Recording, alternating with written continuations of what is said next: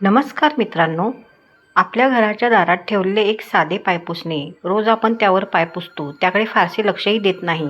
पण धार्मिक मान्यतांनुसार आणि आपल्या परंपरेनुसार हेच पायपुसणे घरातील सकारात्मक आणि किंवा नकारात्मक ऊर्जेशी जोडलेले असू शकते असे मानले जाते. आजच्या व्हिडिओमध्ये आपण जाणून घेणार आहोत की दारात ठेवलेल्या पायपुसण्याचे धार्मिक महत्त्व काय आहे, कोणत्या चुका टाळल्या पाहिजेत आणि काही लोक का मानतात की चुकीचे पायपुसणे घरातील सुखसमृद्धीवर परिणाम करू शकते. मात्र शेवटपर्यंत नक्की पहा, कारण शेवटी मी तुम्हाला अशी एक गोष्ट धार्मिक मान्यता सांगणार आहे जी अनेकांना माहिती नसते. भारतीय संस्कृतीत घराचा मुख्य दरवाजा अत्यंत महत्त्वाचा मानला जातो. अनेक धार्मिक ग्रंथांमध्ये घराच्या प्रवेशद्वाराला अशुभ शक्तीचे आगमन होण्याचा मार्ग म्हटले गेले आहे. म्हणूनच मुख्य दाराची स्वच्छता, सजावट आणि पवित्रता यावर विशेष भर दिला जातो. जेव्हा एखादी व्यक्ती घरात प्रवेश करते तेव्हा ती बाहेरची धूळ, माती आणि नकारात्मकता घेऊन येऊ नये अशी भावना पूर्वीपासून व्यक्त केली जात होती.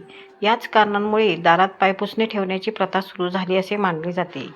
धार्मिक दृष्टिकोनातून पाहिले तर स्वच्छता ही देवत्वाचा एक भाग मानली गेली आहे. ज्या ठिकाणी स्वच्छता असते तेथे देवी लक्ष्मीचा वास असतो अशी श्रद्धा आहे. मित्रांनो, कधी तुम्ही विचार केला आहे का की काही घरांमध्ये दारातले पायपुसणे नेहमी स्वच्छ आणि नीटनेटके का ठेवले जाते? यामागे फक्त स्वच्छतेचे कारण नाही. अनेक कुटुंबांमध्ये अशी मान्यता आहे की फाटलेले, खराब झालेले किंवा अतिशय घाणेरडे पायपुसणे घराच्या उंबरठ्यावर ठेवणे शुभ मानले जात नाही.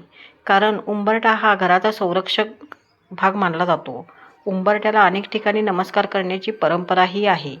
असे मानले जाते की घराच्या दारातून येणारी प्रत्येक व्यक्ती आणि प्रत्येक ऊर्जा प्रथम उंबरठ्यालाच स्पर्श करते. त्यामुळे त्या ठिकाणची स्वच्छता आणि पवित्रता टिकवणे महत्त्वाचे समजले जाते. आता एक आपण मनोरंजक धार्मिक मान्यता पाहूया.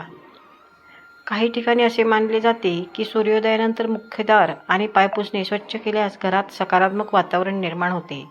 यामुळे मन प्रसन्न राहते आणि घरात शांतता टिकून राहते. अर्थात या श्रद्धा आहेत. वेगवेगळ्या भागांमध्ये वेगवेगळ्या परंपरा आढळतात. आणखी एक मान्यता अशी सांगितली जाते की दारात ठेवलेले पायपुसणे जर कायम ओले, घाणेरडे किंवा विस्कळीत असेल तर ते दुर्लक्ष आणि अस्वच्छतेचे प्रतीक मानले जाते. धार्मिक दृष्टिकोनातून अस्वच्छता आणि नकारात्मकता यांचा संबंध जोडला जातो. मित्रांनो, आता तुम्हाला एक प्रश्न विचारतो.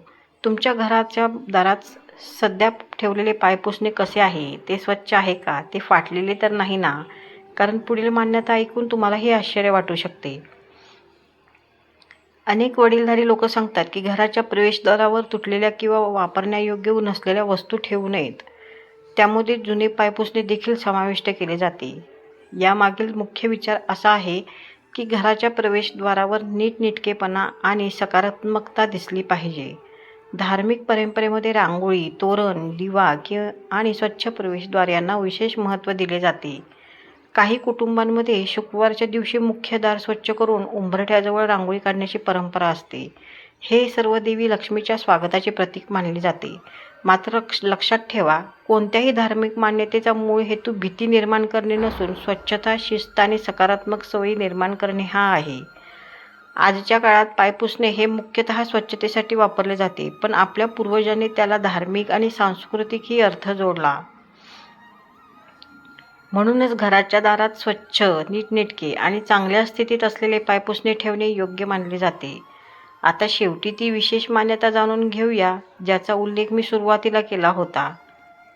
अनेक ठिकाणी असे मानले जाते की घराचा उंबरठा, मुख्य दरवाजा आणि त्याच्या आसपासचा परिसर स्वच्छ व सुंदर ठेवला तर घरात येणाऱ्या प्रत्येक व्यक्तीच्या मनावर सकारात्मक प्रभाव पडतो. हीच सकारात्मक भावना पुढे आनंद, समाधान आणि सौहार्द निर्माण करण्यास मदत करते. म्हणून मित्रांनो, दारात ठेवलेले पायपुसणे हे फक्त एक वस्तू नाही, तर स्वच्छता, संस्कार आणि सकारात्मकतेचे प्रतीक मानले गेले आहे. तुम्हाला या विषयाबद्दल काय वाटते? तुमच्या घरात पायपुसण्याबाबत कोणती परंपरा पाळली जाते? हे मला कमेंटमध्ये नक्की सांगा. व व्हिडिओ आवडला असेल तर लाईक करा, शेअर करा आणि अशाच धार्मिक आणि रोचक माहितींसाठी चॅनलला सबस्क्राईब करायला विसरू नका. धन्यवाद.